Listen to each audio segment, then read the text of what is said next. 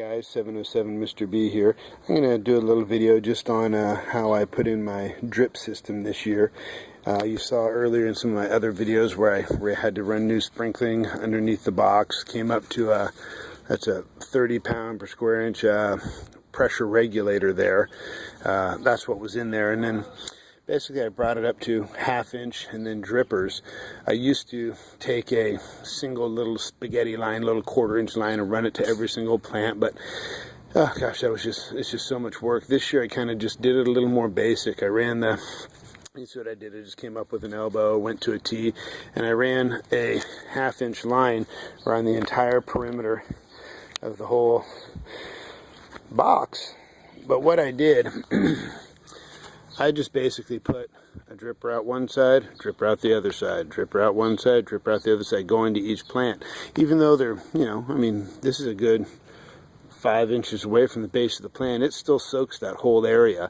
And I saw when the dog pulled up the cayenne pepper plant, I mean, it had a root ball on it the size of, size of a pomelo. I mean, it was huge. I mean, these roots go everywhere, and they're going to go towards the water. So as you can see just from the drippers, it moistens my soil real well. So I just ran that drip cord, that 1/2 inch drip line, down one side, some 90 degrees, and you can see it underneath there, and it runs right back up the other side, and it just completes a loop. So that's how I'm watering this raised bed. The other one's a little different. I did the same thing here. I got the 1/2 inch drip line. I got a little protective pipe over this now, just so somebody doesn't hit it with the lawnmower, weed eater, or whatever. Came to the 90s and the 1/2 inch and the T. And with this one, what I did was, since these things are kind of always in rows, and a lot more of them, I ran soaker line. This is actually going to be mounted up against the wood like this. But there's soaker line running all the way across to the other side over there. So it basically, like the other one, just completes a complete rectangle for pressurization, and then just runs all these little soaker lines. And they drip, they spray, they're all over the place. But I just run a whole bunch of those, and I haven't put any in this section yet because I haven't planted there yet. But basically it looks like I have most of them anywhere from 8 to 10 inches apart. I don't put one down every single row. Sometimes I skip a row, and they just soak each other. You can see what I kind of do here too. Anytime there's a bad leaf off the bottom of a plant, I just break it, and I just make sure it just goes on the ground. I mean, you can see what happens here. It's just decomposing down here. There's bugs under there. There's worms under there. That stuff's just going right back into the soil, and that's what you want. It acts as a mulch, keeps the moisture in, and just puts that goodness right back into the soil. It doesn't take long. I mean, these I just broke off yesterday. These are probably from last week, and they just decompose right there and just compost right into the garden.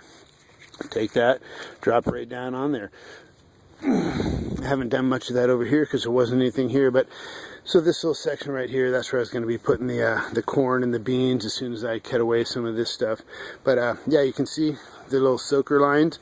I have them going right down there, right down there, right down there, and they spray out pretty good. They cover the area pretty good, so you don't need the little sprayers, you don't need individual drippers on everything. That little drip line works good. And actually all this whole bed and this whole bed are both coming off the same sprinkler line, 3/4 inch sprinkler line from my sprinkler system, so there's enough pressure to run all of this stuff here.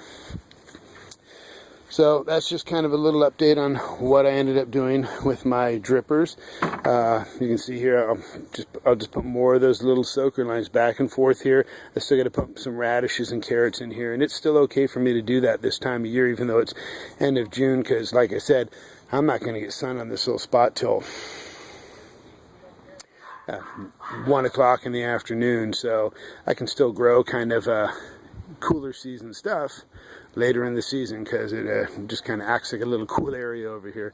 So that's what I did with the sprinklers. Leave me comments, suggestions, anything like that. Subscribe if you want. And thanks for watching, guys. 707 Mr. B.